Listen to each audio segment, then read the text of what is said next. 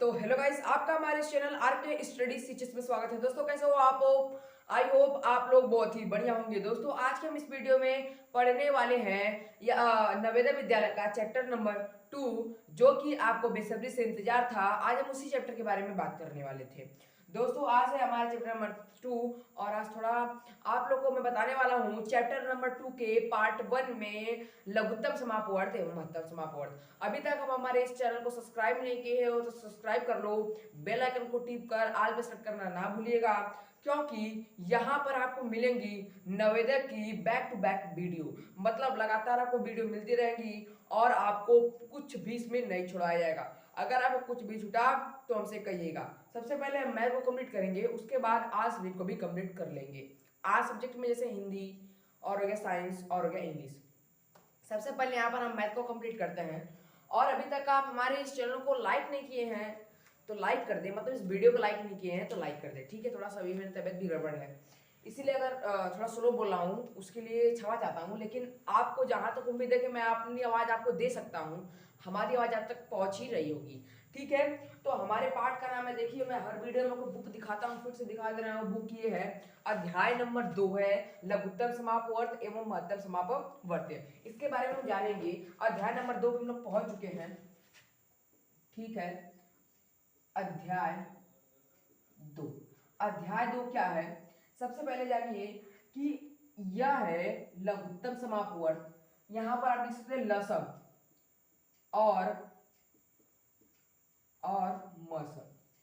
मसम। अगर इसी को हम इंग्लिश में जाने तो इंग्लिश में हम कहते हैं एलसीएम एंड HCF। यह होता है एलसीएम, यह होता है एचसीएफ।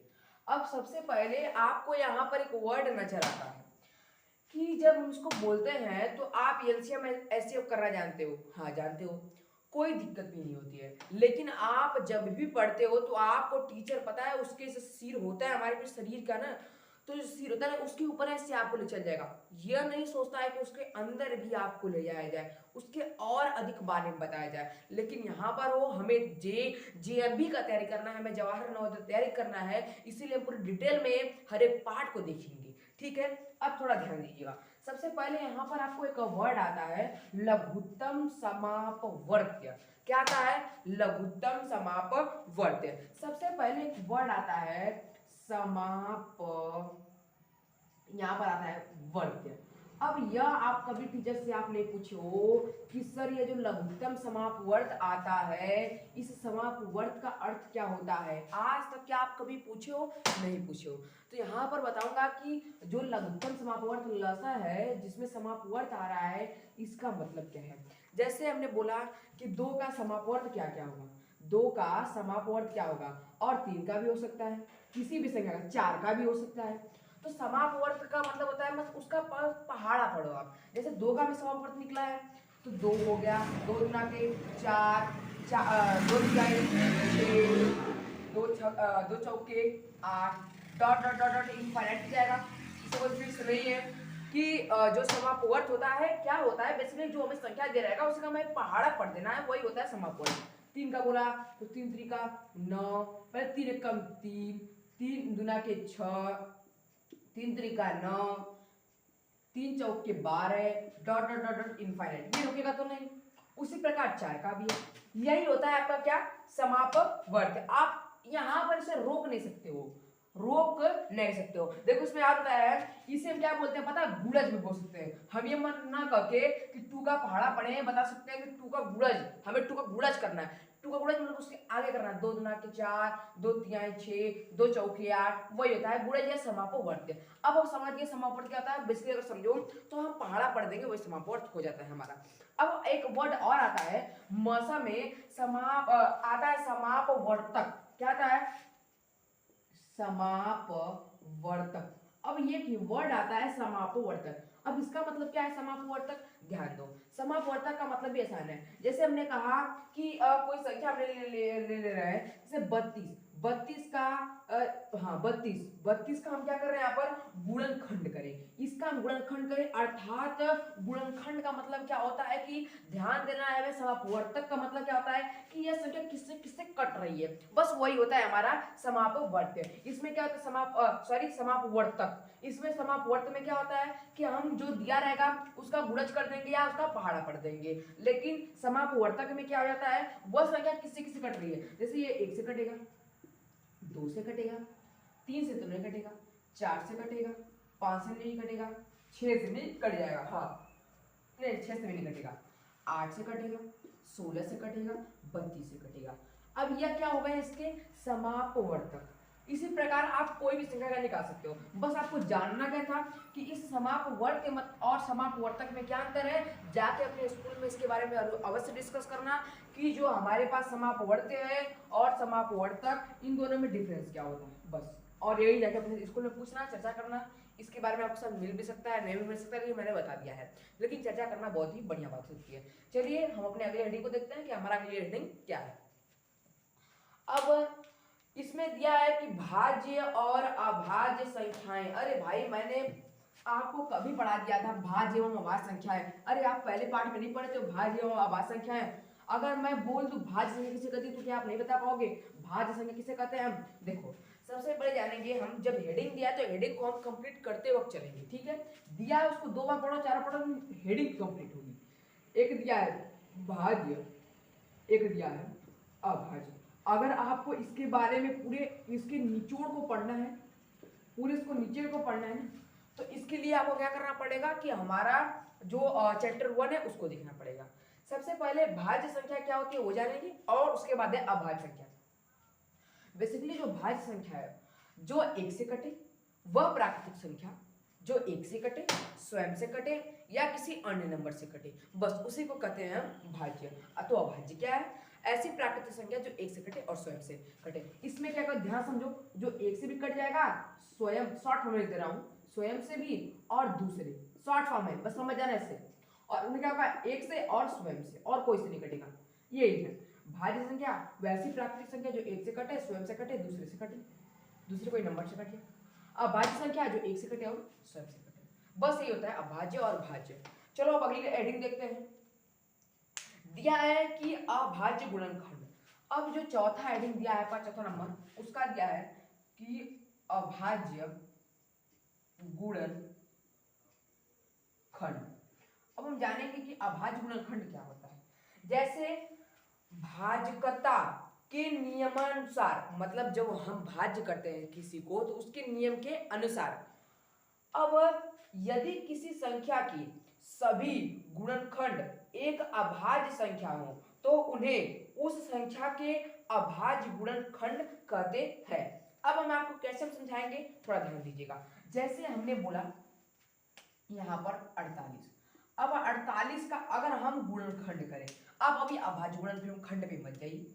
सबसे पहले अगर हम इसका गुणनखंड करें तो 2 दूना के 4, 2 चौके 8, फिर 2 एक कम 2, 2 दूना के 4, 2 छक्के 12, 2 तिहाई 6, 3 एक कम 3। अच्छा देखो इसमें 2 भी अभाज्य है, 2 भी, ये भी 2 अभाज्य, सब 2 अभाज्य, 3 भी अभाज्य है। तो जब हम गुणनखंड करेंगे तो केवल उसमें क्या कौन सी संख्या आई है, अभाज्य संख्या आ रही है, तो वही होता है अभाज्य गुणनखंड। जिसमें गुणनखंड करने पर अभाज्य संख्या आती है उन्हें हम अभाज्य गुणनखंड कहते हैं, शॉर्ट फॉर्म में समझ जाओ।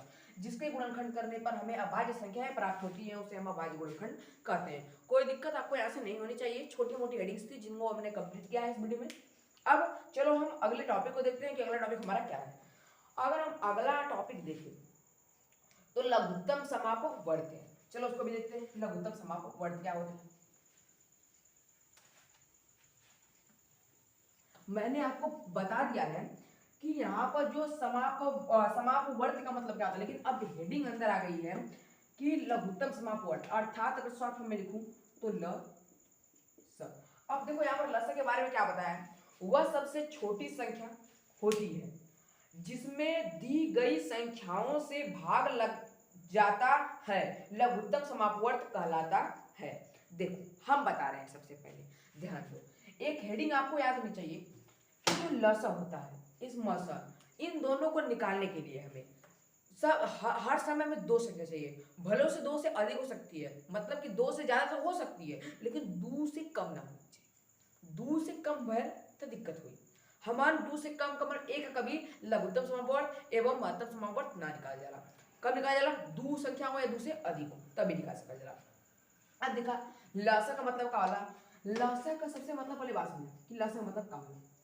देखा आप बोल रहे हैं कि वह सबसे छोटी संख्या होती है जिसमें दी गई संख्या से भाग लग जाता है, लघुत्तम समापवर्त कहलाता है। जैसे मान लो अब हमने बोला कि 14 और क्या दिया है 18 और क्या दिया है 20।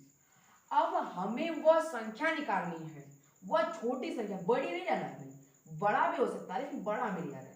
वह छोटी संख्या निकालनी है जो संख्या अगर हम निकाले, मान हमने निकाला जो वो छोटी छोटी संख्या x है, हमने अगर x को फाइंड आउट किया तो वो तीनों, ये जो तीनों संख्या दी है उसमें उसका भाग चल जाना चाहिए।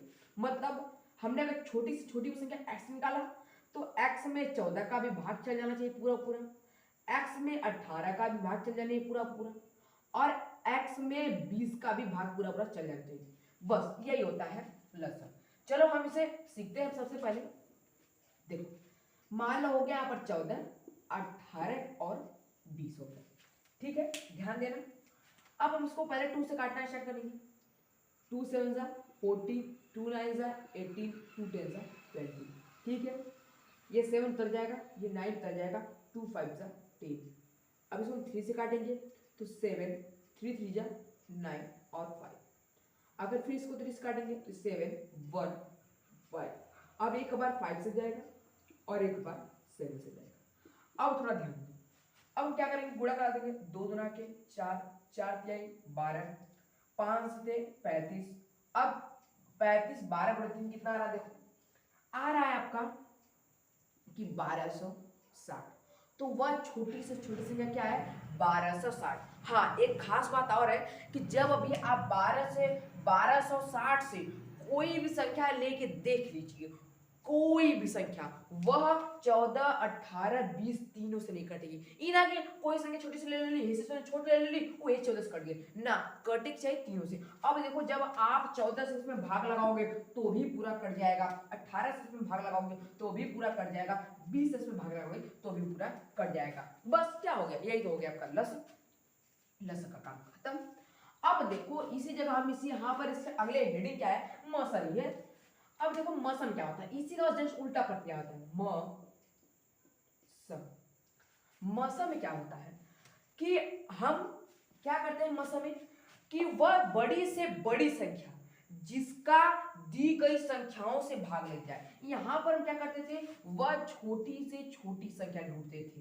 देखो वह छोटी से छोटी, लेकिन वही काम अगर उल्टा कर देंगे, वह बड़ी से बड़ी संख्या ढूंढो जो हमें दिया रहेगा उससे भाग लग जाए। एग्जाम्पल के तौर पे इसमें भी एग्जाम्पल दिया है, यही 12 18 और दिया आपका 24, ठीक है 24 दिया।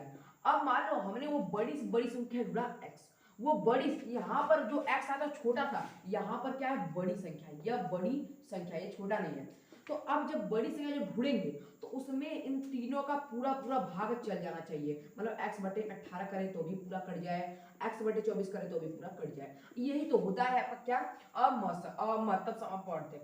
अब जान गए तो आप इसे हल भी कर सकते हो। चलो ठीक है, मान लो आपको निकालने का आता है, अरे मौसम नहीं निकालना जानते हो का, मौसम तो निकालना जानते हो, मौसम तो कब से पढ़ता रहो, कक्षा 9 में पढ़ रहे हो, मौसम नहीं जानोगे, ठीक है जानते हो। चलो हम बता दें इसका मौसम कितना है, कि हम टाइम वेस्ट नहीं करना चाहते। तो इसका मौसम आ रहा है आपके पास यहाँ से निकल कर कि 6, क्या है 6। अब अगर हम ध्यान दें तो वह बड़ी से बड़ी संख्या हमारे क्या आ रही है, बड़ी से बड़ी संख्या वह हमारे पास आ रही है 6।